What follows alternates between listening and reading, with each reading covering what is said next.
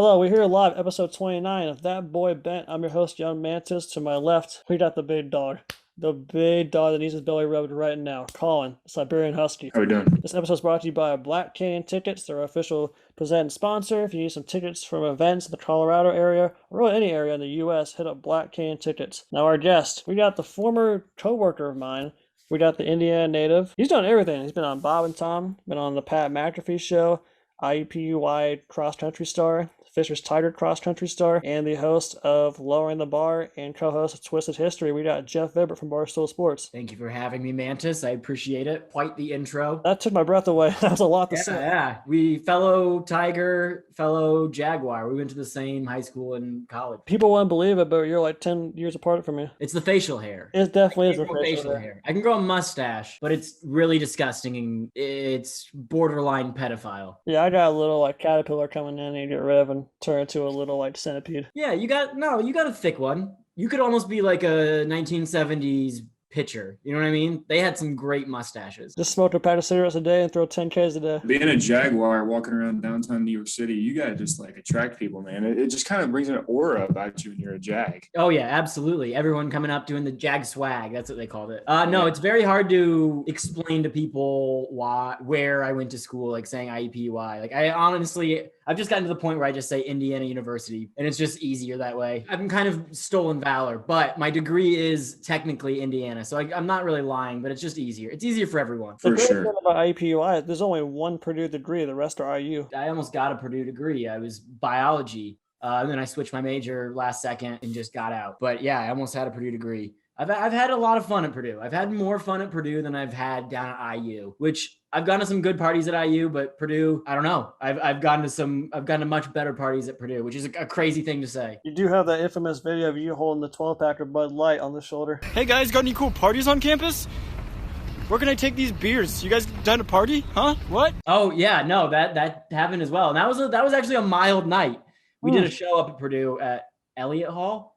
And that was a lot of fun. The cross country team, they had some good parties at Purdue, believe it or not. Wow. The cross country house was one of the houses that people would congregate at, like the athletes would go to because they had good parties. Yeah, I'm an IU fan, but I'll hype up Purdue any day. They deserve to have their tires pumped all day. Vibbs and I, more importantly, Vibbs will be in attendance tomorrow night, or just technically tonight when this releases, at the Barstool Indy 500 party in Grant Park in Westfield. How hype are you for that? I've never been to Grant Park. I'm excited to see it. MGK, I am a big fan of his new album, which is very pop punk.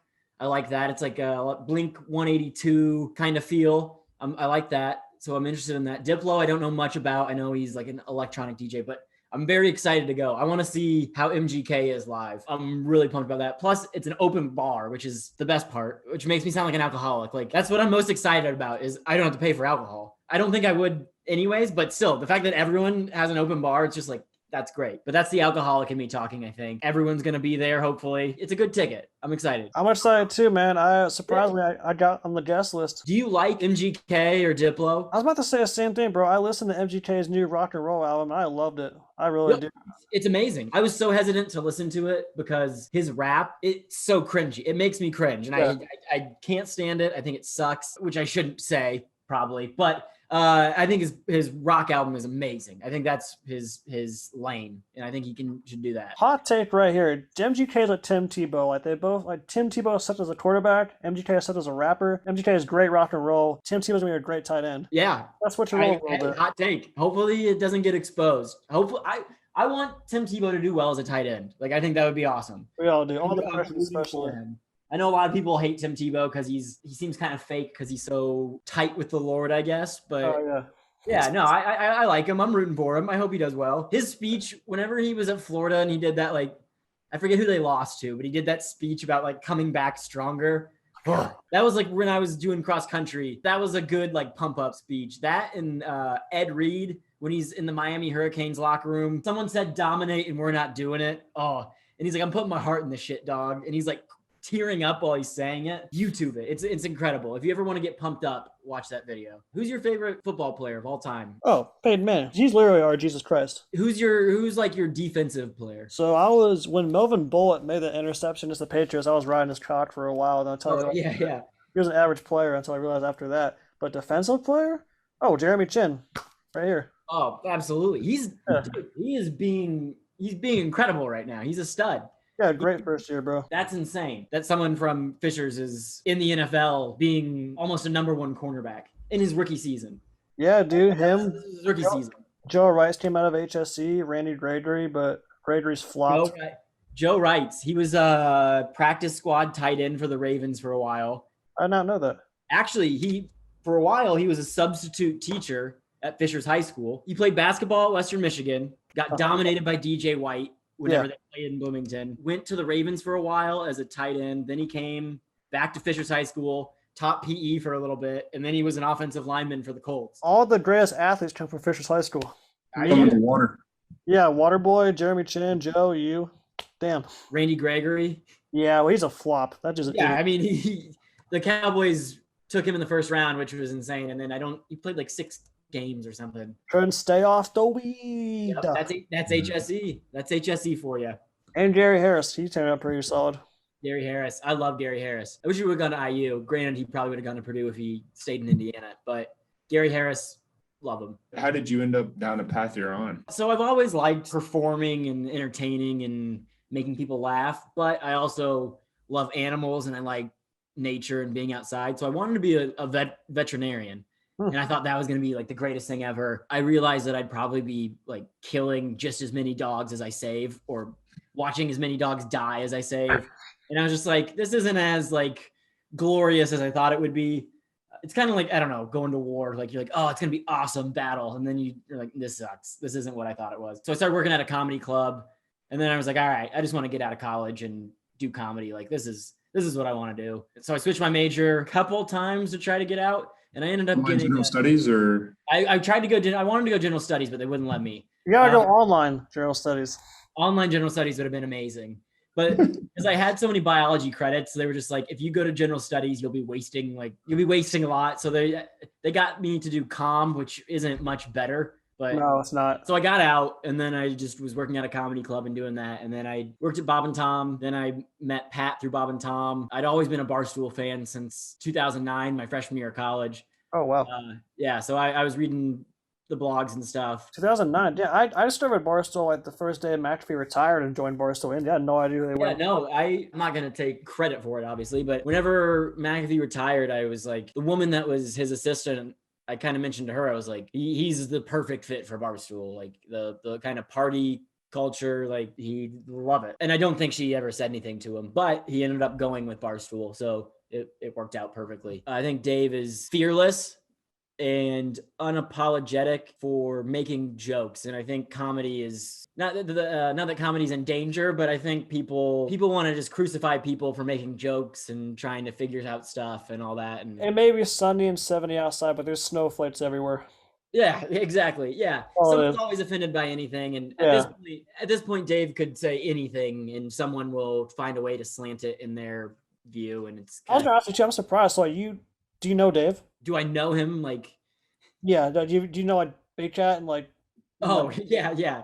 I've talked to him a couple times. That's I hate, dude. I still get asked that every day. I still get asked if I work at Barstool. I'm like, yeah. Yeah. Well, I had someone comment on a post of me. I don't know what I was doing, but I might as well have been holding up like a Barstool flag. And the dude was like, "Hey, where are you working these days? Like, what are you up to?" Like, I'm and I'm like in the Barstool office, like holding up a flag. Like, and it's just like, all right, they're in their own world sometimes. Yeah, no one consumes all of your content, so they're only seeing little fragments, so they're not completely filled in. I have a good and bad thing. I kind of like meeting people who don't know who I am or know what I do. It's kind of like reassuring. It's like be a normal human being for once. Yeah, no one has any preconceived notion of who you are or what's going on. That was a big word for me as an online journalist. Yeah. Pre what? Pre degree, baby. Yeah, that's my communication degree. I know how to communicate very well. I'm so sorry on that. They just don't have any good investment. They don't have any thoughts about who you are or what you're about going into the conversation. They just think you're a skinny lesbian looking person. So they just make your judgments about your appearance instead. Dude, which is fine. When I did have facial hair, I thought you and I looked so similar. I was even skinnier, I had no facial hair, but I get confused. I get mixed up for Mush and Spider. Yeah, without the facial hair, we definitely have the same head shape. Oh, dude, the shoulders. Notice he didn't say body shape, just head shape. No. It's just like the same. Yeah, I'm with you. You're lowering the bars and taking it off. It's been really getting the recognition it deserves the past few months. Yeah, thank you, man. Yeah, it's very fun because it's natural reactions, people's real personality kind of coming through, and a chance for people to get to meet the people in the office. I don't think I've ever asked you this in person. How did you come up with that idea of lowering the bar? Dave wanted me to do something where I interviewed people in the office and kind of got people involved in something.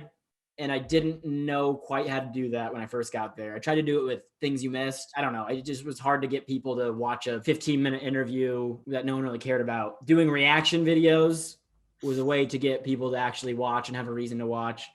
And then we sneak a little bit of an interview in there so you get to know people. I love it, bro. I mean, I was honored to be on it. I still love Yeah. it. It's like great TikTok views, great Instagram short clips. It's a perfect weekly series. The cool thing about it is being able to have 5-10 minutes with everyone in the office each week and be able to kind of catch up and see how they're doing and have a one-on-one conversation. Because that's hard because everyone's doing their own thing and you don't really have a time to sit down and talk with everybody. So yeah, it's nice. Hey, Mantis, I got a quick question for you. Yeah, I'm still a virgin. Sorry, man, can't help you there. But have you ever tried to run an event or have something going on where you're trying to sell some tickets for it and you've been absolutely hammered by high fees? Yeah, it actually happened last Saturday. I got a guy who can help you out. What's his name? His name's Kyle Martinez. He runs Black Canyon tickets out of Colorado. But the best part is, even though we're in Indiana, he works all over the United States. If you get a hold of him, he'll be able to help you out with all your ticket solution needs. All 50 states, the whole country? Exactly, man. All 50. I'm surprised you actually knew the amount. But yeah, the best part is, you reach out to him. He's got an Instagram handle, Black Canyon Tickets. You go to www.blackcanyontickets.com. Tell him the Bent Boys sent you. Even if it's not you or I, any of our listeners, tell him the Bent Boys sent you his way, and he'll get you hooked up. That's incredible. So if I call them at 970-765-8188, Kyle or somebody else will hook me up with some nice tickets. That's exactly right. Kyle's the man. So you give him a shout. He'll help you avoid the high ticket fees that the guys like StubHub and Ticketmaster hit you with, and he'll make sure you have a good event and a lot of fun. Well, that's all I can ask for. I mean, I'm sure I'm going to bring a date to a festival this summer. I'll probably go alone, but now go alone knowing I got a great deal from Kyle at Black Canyon Tickets. All right, yeah, Black Canyon Tickets, the official sponsor. Hit them up. When you come home, do you miss it, or now are you just ingrained in New York City now? Are you pretty much like, yeah, that's where I enjoy being? When I come home, yeah, I kind of have a nostalgia where I'm like, oh, that's where I did that, or that's this and that. I miss it. But I'm happy in New York because I'm exploring like new stuff that I've never seen before. Like I know Indiana like the back of my hand. Like I've driven the streets, probably every street I've been down, flex, but I know it. Like roundabout, you've circled. So yeah, if I could come back more, that'd be awesome. But it is nice to be in New York, finding new things and seeing new stuff. With your flex of all the roads you've been on, Yeah. fuck, marry, kill, Carmel Roundabouts, Allisonville Road, or 38th Street. Oh, okay. I'm already gonna kill Carmel Roundabouts. Wow. So easy. Allisonville Road. Where specifically? The old marsh that got tore down. I'm killing Allisonville Road. There's always goddamn traffic there. The Carmel Roundabouts, they get a lot of shit, but they're very efficient. You don't have to wait at a four-way stop. And I'm going to kill 38th Street just because you can't, there's like no momentum. There's like, when you hit a red light, when the light goes green, they don't all go green like, like Illinois or Capitol. You have to like get stopped at every single fucking light. Mm-hmm. There's always traffic, and you can get robbed. I had a friend get robbed on 38th Street at a red light. The burger joint. That's fact. People are always flying past red lights on there too. Yeah, but I used to have to take 38th all the time. I had friends that lived on the Butler campus. I hate 38th. I hate them all. I hate all those, but... You know what's tough, man? Tough is getting girls, and that's where we go to Mating with Mantis. Now, boys and girls are going to tone it down here a second. 29 episodes deep, 29 guests, I think, or maybe 25 guests have helped me, give me advice on how to get past first base with a woman. Now, Vibbs, I'll say this right now. I mean, you're a Barstool guy. I'm sure you have plenty of women on deck here and there. I've had sex once or twice. Okay, that's more than me. That's one or twice more than me. Now, the 500 party's coming up. There's gonna be a lot of women there. So I gotta ask you advice on what do I need to do to potentially, get past first base, maybe get a kiss on the cheek. We gotta get something. Yeah. Listen, you've gotta leave the house without any intention of hooking up. You gotta leave the house just being like, hey, I'm gonna have a good time. I'm gonna have fun no matter what. So when you show up, you listen to the music, you're having a good time. As the kids say, you're giving off good vibes. So then the females around see the good vibes you're casting off. I'm like, wow, this guy's just having fun. He's not staring at me being creepy. He's just having a great fucking time. I want to have a great time like he is. And then they'll come up and or just, emit your positive vibes. Act like you don't care. Don't dress up too much. Don't look like you're wearing your best outfit. Well, I was gonna say, before you even walk out the house, flashing whatever fucking vibes you want to flash, shave the fucking neck beard. That'd be a good start too. Yeah, I definitely need to clean up. Yeah, unless your name is Andrew Luck, you're the neck beard. It's gonna be tough. Yeah, bro, if I don't shave, I'm gonna walk in. Hey, how's it going? I'm Austin. Nice to meet you. Party, MGK. We talk about books. Yeah. Andrew, you guys like yourself. I was at Barnes and Nobles in Westfield last night. I was reading this book. It was great. I shut it down. I shut the Barnes and Noble down. They had to tell me to leave. The neck beard needs to go. Show up. Yeah. Have a good time. The Indy 500 this weekend. Now, I know you're a big Connor Daly fan. Are you rolling with him, or do you have any other choices to pick for the winner? I'm always rooting for Connor. Yeah. Is it realistic that he wins? Probably not. I don't think his car can compete with some of the top teams. Ed Carpenter always races well. He's a Butler alum. Hinchcliffe was a good value pick if you're gambling on it. I think I'm going to go with the guy who won last year. The guy who won last year, I bet I threw $10 on him as a joke and he won the whole thing. Wasn't it Sato? Sato, yeah, it was Sato. Alexander Rossi was another guy that I'd root for. Oh, Rossi. Young dude's always in it. I feel like he was another pretty solid value pick. There you go. Those are picks. Rossi, Daly, and Carpenter. Those sound like pretty good picks to me. I'm still going Sato. Shit. Scott Take him to the Dixon, fucking obviously, betting line right now. favorite, I think, because he is the pole sitter, but the other picks are pretty solid value picks. Our new segment we're introducing in episode 29 is called R.I.P. and Welcome Back. You can say like R.I.P. to something that's pretty much dead. It doesn't have to be a human. I'm going R.I.P. Carb Day because it's such a year without it, and it's like the best day in Indiana history. So we gotta say R.I.P. again. So I'll do a quick moment of silence for Carb Day. All right, we're back at it. Yeah, I like Carb Day better than the race. Oh, everyone does, yeah. Yeah. Like the crowds are too much at race day. I love listening on the radio, but I'd much rather go to Carb Day. Bibbs, you go, and R.I.P. Snake Pit. Yeah. Having it this year, but they're having the Barstool 500 party, which makes up for it. There you go. Resurrection. Is the open bar for everybody that goes, or is it just for the Barstool employees? Yeah, no, it's for everybody. If you get a ticket in, you're at open bar. Holy shit! How many people are they having? It holds 5,000. Okay. So open bar, I assume all night. I'm not sure what they have at the open bar, but I'm sure it's beer and hard alcohol. That's gonna be crazy, man. That'll be a good time. Yeah. It's like it's like inside an indoor soccer stadium too. Yeah, I have no idea what the setup is. Again, I've never been to Grant Park, so I'm excited to see what it looks like and like how they do it. All right, and then we got Welcome Back. So we got R.I.P. Welcome Back from me. I'm welcoming back the Orange High C back to McDonald's. Had it about 2 weeks ago. I forgot it was coming back. I thought it was going to be a little later this year, but I ordered it with a 10-piece nugget medium fry. I felt like I was an 8-year-old again. Same flavor, same nostalgia. It was incredible. Yeah, I'm so excited that Orange High C's back because whenever it got taken away, I was very upset. That's a staple from the childhood. You can't have chicken nuggies without some fucking High C. See, for skinny guys like you guys and Jeff, you can eat whatever you want. But for fat people like me, they got to keep that High C shit away from the chubby kids, man, because that's like one-way ticket to diabetes type 2. McDonald's Coke is way worse. The High C, it's almost good for you. It's orange, you know? Gotcha. It's equatable to water, right? Like exactly. Well, it has orange. It's like orange juice. Orange is in it, you know? Sure. No pulp. All good stuff. Yeah, connect the dots. Colin, what's your welcome back? Dude, I could be behind the A-ball on this one, but welcome back to Crocs. I've been seeing Crocs around, man. They're making a comeback.